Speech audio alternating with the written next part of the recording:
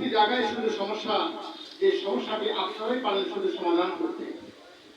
তা হলো আজকে বাংলাদেশের মানুষ হলো ধর্মভীরু, ধর্মের প্রতি অনুরাগ, কিন্তু একটি জায়গায় সমস্যা যে আজকে বাংলাদেশের মানুষরা ইসলামকে সত্যিকার ভাবে কোরআনকে বুঝে, কোরআনকে বুঝবার যে জ্ঞান, এই জ্ঞানের ঘাটতি থাকার কারণে আজকে শুধুমাত্র আমরা এই কোরআনকে শুধুমাত্র ইবাদতের মধ্যেই আমরা সীমাবদ্ধ রেখেছি। আমরা আজকে বাংলাদেশের মানুষ ইসলাম মানেই বুঝি নামাজ, ইসলাম মানেই বুঝি কোরআন, ইসলাম মানেই বুঝি হজ যাকাত, আজকে ইবাদতের মধ্যে আমরা সীমাবদ্ধ রেখেছি। আমরা ইসলামকে মনে করি তাবিজ কবজের মাধ্যমে, দোয়া এবং ঝাড়ফুঁকের মাধ্যমে, এটাই হলো ইসলাম। আজকে এই পার্থক্য করার কারণে কিন্তু ইসলাম যে একটি ইসলাম, যে ইসলাম হলো একটি পরিপূর্ণ জীবন ব্যবস্থা। আজকে যার কারণে একজন মানুষ যখন পৃথিবীতে আসে তার কারণে আপনারা আজান দেন, আল্লাহ ঘোষণা তাকে দেন। আবার যখন একজন মানুষ দুনিয়া থেকে বিদায় নিয়ে চলে যান তখন আবার তাকে আল্লাহকে ডাক দিয়ে তাকে কবরে শোয়ান, ঠিক কিনা ভাই? কিন্তু এই যে মাঝখানের যে একটি সময়, ইসলাম যে বলা হচ্ছে যে একটি পূর্ণাঙ্গ জীবন ব্যবস্থা, যে ইসলামের মধ্যে যে আছে অর্থনীতি, ইসলামের মধ্যে যে আছে শিক্ষা ব্যবস্থা, ইসলামের মধ্যে যে আছে রাষ্ট্র ব্যবস্থা, ইসলামের মধ্যে যে আছে অনেক কিছু, তা করে আমরা জানি না। না জানার কারণে আজকে আমাদেরকে ইসলাম পালনে আমাদের মধ্যে বিভেদ সৃষ্টি হয়েছে। কেউ বলে ইসলাম এখানে সীমাবদ্ধ, কেউ বলে এই কাজের মধ্যে সীমাবদ্ধ, যার কারণে আজকে আমাদের মধ্যে অনেক ঠকি, অনেক মাস্তা মাসাইল নিয়ে আমাদের মধ্যে অনেক বিবাদ সৃষ্টি হয়। আজকে ভাইদেরকে আমি অনুরোধ করবো যে আসুন, কোরআন একটি দায়িত্ব। কোরআন যদি হয়, আল্লাহ তাআলা প্রথমে বলেছেন ইকরা বিসমি রাব্বিকাল্লাযী খালাক, পড়ো তোমার প্রভু নয় যিনি তোমাকে কোরআন সৃষ্টি করেছেন। এই কোরআনকে আমাদেরকে পড়তে হবে, বুঝতে হবে, কোরআন অনুযায়ী আমাদেরকে মানতে হবে।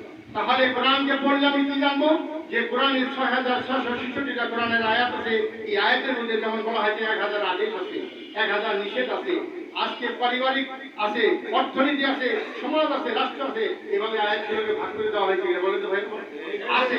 কিন্তু আমরা দুঃখের সাথে বলতে হয় যে আমরা যখন মসজিদে জুমার খুতবা দেই, আমরা যখন ওয়াজ নসিহত করি, আমরা যখন বিভিন্ন ওয়াজে বক্তব্য দেই, মাস্টারমাসের অনেক কথা বলি, তখন করে আমরা এই কোরআনকে শুধুমাত্র ওই কাজের জন্য সীমাবদ্ধ রেখেছি, ঠিক কিনা ভাই? কিন্তু আজকে কয়েকজন আলেম, কয়েকজন বক্তা আজকে সাহস করে, হিম্মত করে কোরআনের আসল কথাগুলো বলার সাহস রাখেন? কয়েকজন রাখেন? আজকে আমরা বিগত ১৭ বছরে ফ্যাসিস্ট আওয়ামী সরকারের আমলে আপনারা কি বলেন তো, আপনাদের মনের কথাগুলো আপনারা প্রকাশ করতে পেরেছিলেন? আপনারা কি আপনার খুতবা আপনার স্বাধীনতা ছিল? আপনার ওয়াজে কি আপনার স্বাধীনতা ছিল? আপনার ধর্মীয় ইবাদত পালন করার ক্ষেত্রে কি আপনার স্বাধীনতা ছিল? ছিল না। সব কিছু আজকে দাবিয়ে রাখা হয়েছিল। গত ফ্যাসিস্ট আওয়ামী সরকার আজকে এই বাংলাদেশকে জানে যে এই বাংলাদেশ হলো ইসলামের বাংলাদেশ, এই বাংলাদেশের মানুষরা ইসলামের প্রতি ভক্ত, যার কারণে তারা ক্ষমতার মস্তককে পাকাভুক্ত করবার জন্য তারা প্রথম আক্রমণ করেছিল ইসলামের উপরে। আজকে ইসলামের শিক্ষা ব্যবস্থাকে ধ্বংস করেছে, আলেম ওলামাদেরকে নির্যাতন ধ্বংস করেছে, মসজিদ মাদ্রাসাকে তারা ধ্বংস করেছে। আজকে দেশ বরেণ্য আলেম হযরত মাওলানা দেলোয়ার হোসেন সাঈদী সহ সকল আলেমদেরকে তিনি জেলে দিয়েছেন, নির্যাতন করেছেন।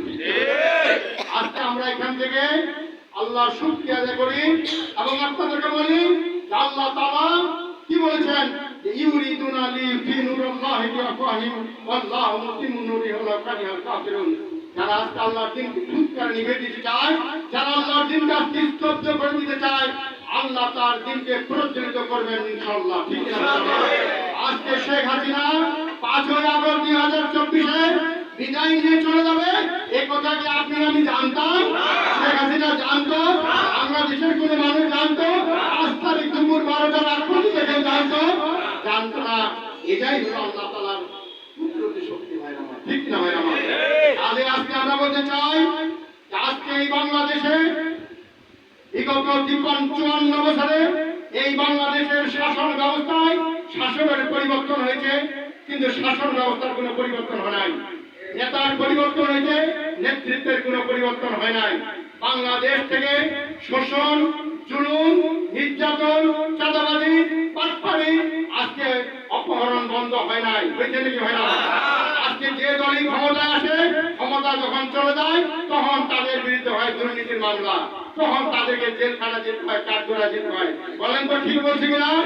আজকে যে দলগুলো স্বাধীনতার পরে এই বাংলাদেশের ক্ষমতা শাসন ব্যবস্থা শাসন করেছে, প্রত্যেকটি দলের নেতা এবং কর্মীরা দুর্নীতির সাথে জড়িত ছিল কিনা ভাইরা বলেন?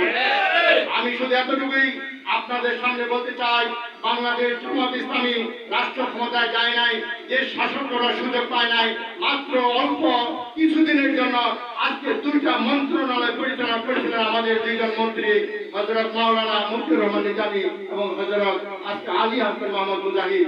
আজকে তারা দুইটি মন্ত্রণালয় পরিচয় করে আজকে বাংলাদেশের রাষ্ট্র ক্ষমতায় শুধু নয়, সারা পৃথিবীতে তিনি আলোড়ন সৃষ্টি করে দিয়েছেন যে আলোচনায় পারে দক্ষতার যোগ্যতার পরিচয় দিতে ভাইরা।